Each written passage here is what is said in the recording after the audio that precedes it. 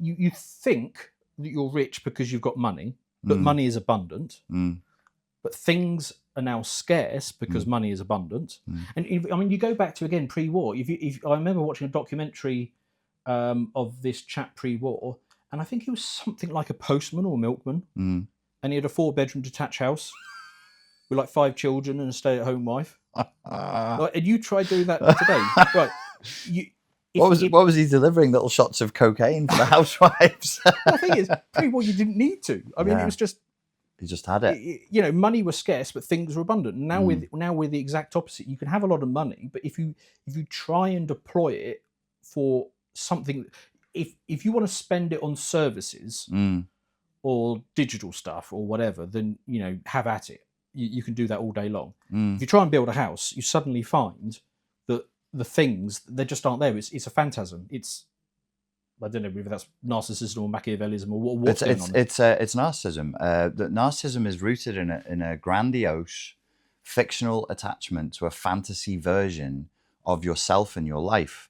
So the economy is narcissistic because it's attached to a grandiose, fantasy-based vision of how it functions, and it doesn't work. Well, you say you're not an economist, but that is exactly what I would say. Profound, just instantly profound.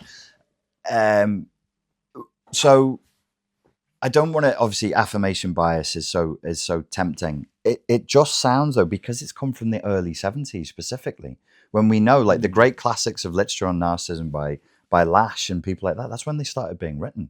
And then year on year, they were showing in America, not that there was more personality disorder, but for trait narcissism has exponentially increased. So what does trait mean in this context? So everybody has trait narcissism. We all have. You should have. So narcissism is effectively. I definitely do. it's a developmental stage. When you're around 3 or 4, it's me and mine. He has a toy. She's playing on the swings. Right. Well, push her off. Take his toy. Oh, I've got two young kids, so I see this all the time. Yes, it's obviously it's not well socialized. It's not civilized. Okay, fine, but it's a necessary phase. I'm learning that I can say no, and I can throw a tantrum, and I can manipulate the adults around me. I can manipulate, and I can get what I want. Hopefully, I will grow out of that. It's one of the traits that everybody has, and it can be dialed up and it can be dialed down. Okay. So we're living in, if we say we're living in more narcissistic times and people have a higher degree of trait narcissism, they're going to be more self-centered. They're going to be more focused on fantasy, social media. My fantasy life. My real life is here, but my fantasy life is online. And as long as I can keep the vision going and the audience liking and people are clapping me, everything's going to be okay. It's pure neurosis. It's insane. It goes nowhere. Like your description of the economy, it's insane. It's neurotic. It goes nowhere. It's a phantasm. It's a phantasm. It's not the thing itself. It's the semblance of the thing. And I really like what you just said, because I've experienced this with money in the last 10 years, because I've been working as an entrepreneur for 20, and I've never been rich, but I've had money. And I'm like, why does it feel? So here's an amount of money in my account. Why does it feel like that's not as much? There was stuff I could do. So what you've got, let's say, I don't know, you've got 15 grand to one side and you want to take a holiday. It's not going to get you as much. The service will be like, everything sucks. Everything stinks. Hotels, airlines, restaurants. Everything has this weird, my sense of it either, or I'm becoming a curmudgeonly middle-aged man. Everything feels like there's this systemic degeneracy, a deterioration, because people aren't being rewarded properly. And as you say, even if the money is the same as it was 10 years ago, or it's accounted for in inflation, and we've gone, you would have been paid $5 an hour to do this job. You're now on $8. We've accounted for inflation. Screw you. This $8 ain't cutting it. I remember with my first job as a teenager, I managed to get up to £5 an hour, and I was ecstatic. Yes. Whereas £5 an hour, just nothing. You're going to die of starvation in this environment. I mean, it's just not. What I should send you is, I'll point you towards a website called WTF Happened in 1970. Was it 1971? I forget now, but whichever year it was. And I also did a Brokenomics. I'll send you that as well. Okay. Covering that. and it was basically this when we went on the fiat money standard, how we transitioned to a world in which basically every other metric fell off a cliff. Okay. So you can watch all of these, and it's basically a whole series of charts. So charts of, just pick anything. Are they GIFs? Is it a flashing thing that shows you? I think I've seen this. Well, website. Basically, it's two lines going in parallel. Yes. And then you hit 1971, I think it is, and then they just split out. Right. Yes. Yeah, I have. I've seen it. I need to look at it again. They should add one of the charts on there. Should be the rise in narcissism from 1972 onwards. Oh, that'd be interesting. Yes. Because it is tracked. It is measured. So when you're looking at these things, again, is it all from the early 70s that they just shoot up? I mean, like the people watching can check, unless I've got it very, very wrong. I don't think narcissism exploded. And year on year, I've only been doing it since 2012. It's still exploding. So what we could track is from how bad has the economic situation gotten? And even from 2012 till now, has it got significantly? That's a question. Well, okay, so again, it depends how you're measuring it. Okay. If you're measuring it the way they're measuring it, the economy has got immeasurably better since 1970. Okay. If you're measuring it as a milkman, you should coin a term for your measure of economic success, which should be like, I don't know, reality based, a connection, a mooring, an anchoring to a thing. Yes. But if you just take the lived experience of a working class person in this country, and I suppose that you could argue a milkman in the 1950s had a higher relative status, potentially, because there are more high-skilled jobs available now. But all the same, let's say it tracks with being at least, I don't know, a school headmaster or something. You know, it tracks at least that far, I would say. Well, they don't live any better either. In fact, even corporate lawyers in their 30s, can't get a 4-bedroom detached house, 5 children. I know surgeons in that situation. They've been training for, I don't know how long surgeons train for, beginning to end. It's like 12 years. Yes. And they can't at age 37, age 38. They'll be on maybe 60, 70 grand a year. Yeah. After 12 years of training, you're training your bollocks off, training really, really hard. Well, it doesn't help if you earn even more. I mean, I know people in that sort of age bracket earning 6 figures, north of 100 grand. Same situation for them. Because they're just taxed back down anyway. It's taxed back down. Plus, in order to have a job like that, you need to be in an expensive part of London. So your rent just eats it. I have friends who live in central London. And I watched them over a period of 6 years. They literally lived in Canary Wharf. They're either in finance, tech, or fintech. Yes.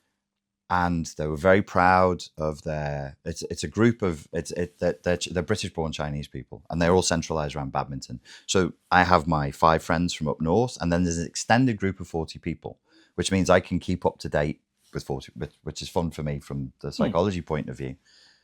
Burnout by the time they're 40. They would go. I lived with them for a while in Canary Wharf.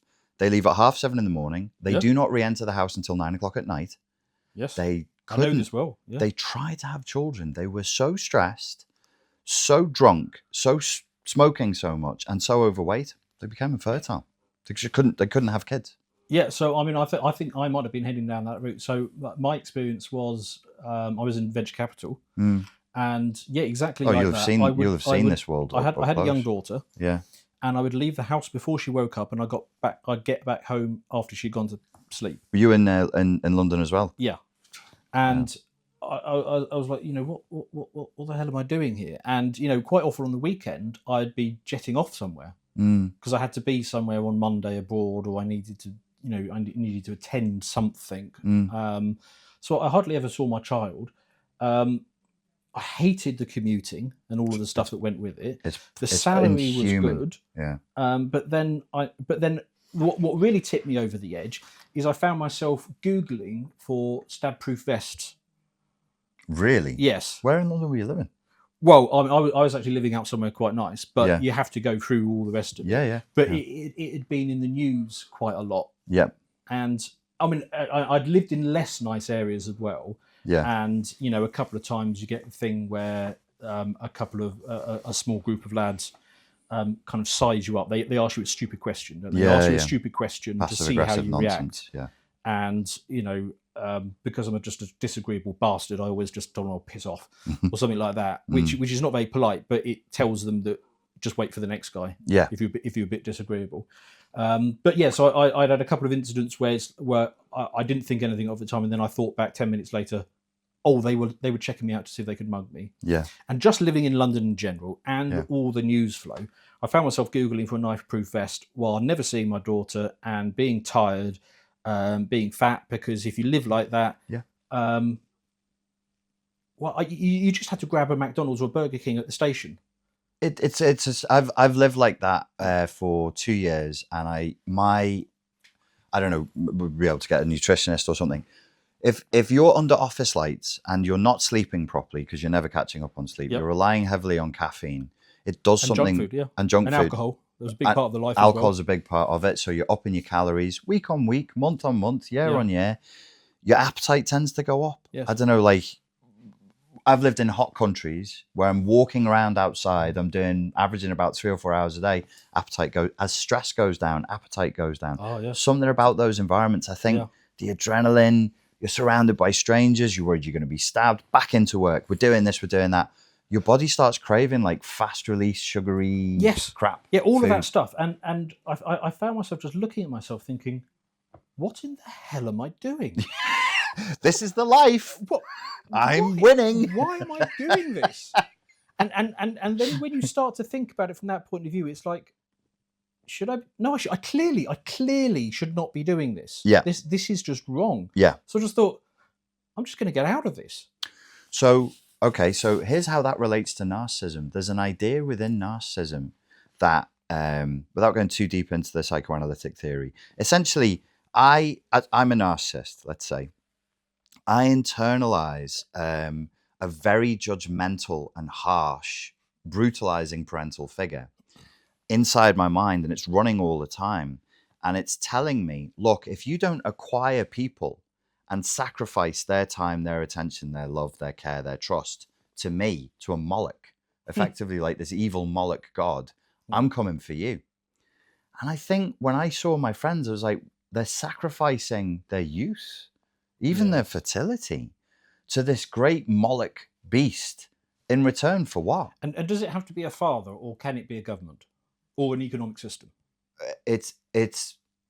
Well, we would be inventing a new field if we said that, but I believe yes. It's a strange blend of psychology, sociology. Let's invent that field then, because that sounds right to me. It feels right to me. It's economics, sociology, and psychology. Yes. This is what, as you said, it could be a government, institution, corporation. Yeah. Corporations that function like Molochs. The taxman, yeah. It's give me what you have, and you go in exchange for what? Fantasyland. Oh, that's definitely the state, yeah. The fantasy that this is wonderful. Don't you want to be part of the greatest modern Western liberal democracy in the world? That's how I've lived in London 3 times, and each time I felt like I'm paying a very heavy tax for an assumed privilege of being in this wonderful place. And even back in 2010 was the last time I tried to live there. I was like, this isn't wonderful. I was in Canary Wharf, lived in Bermondsey. Last time I lived there was in Surrey Quays, which is a nice area. Yeah. And I was like, relatively. Yeah. As soon as you move out of London, you realise that actually, the nicest bits of London are just not. You can still be stabbed. Yes. I was out with my friends, and like the man them would roll up on us and be like, "All right, what you doing?" Blah blah blah blah blah. And I'm like, okay, this is all very funny, and we try to laugh it off, but there is a chance that one of these little twerps is going to pull out a knife and stick it in you all the time. So I was like, I don't want to live with that pressure. I also don't like leaving the house to meet my friend for a coffee anywhere in London or the surrounding suburbs and spending 30 quid somehow just for walking out the fucking door. It's like London goes, tax. If you would like to see the full version of this premium video, please head over to lotuseaters.com and subscribe to gain full access to all of our premium content.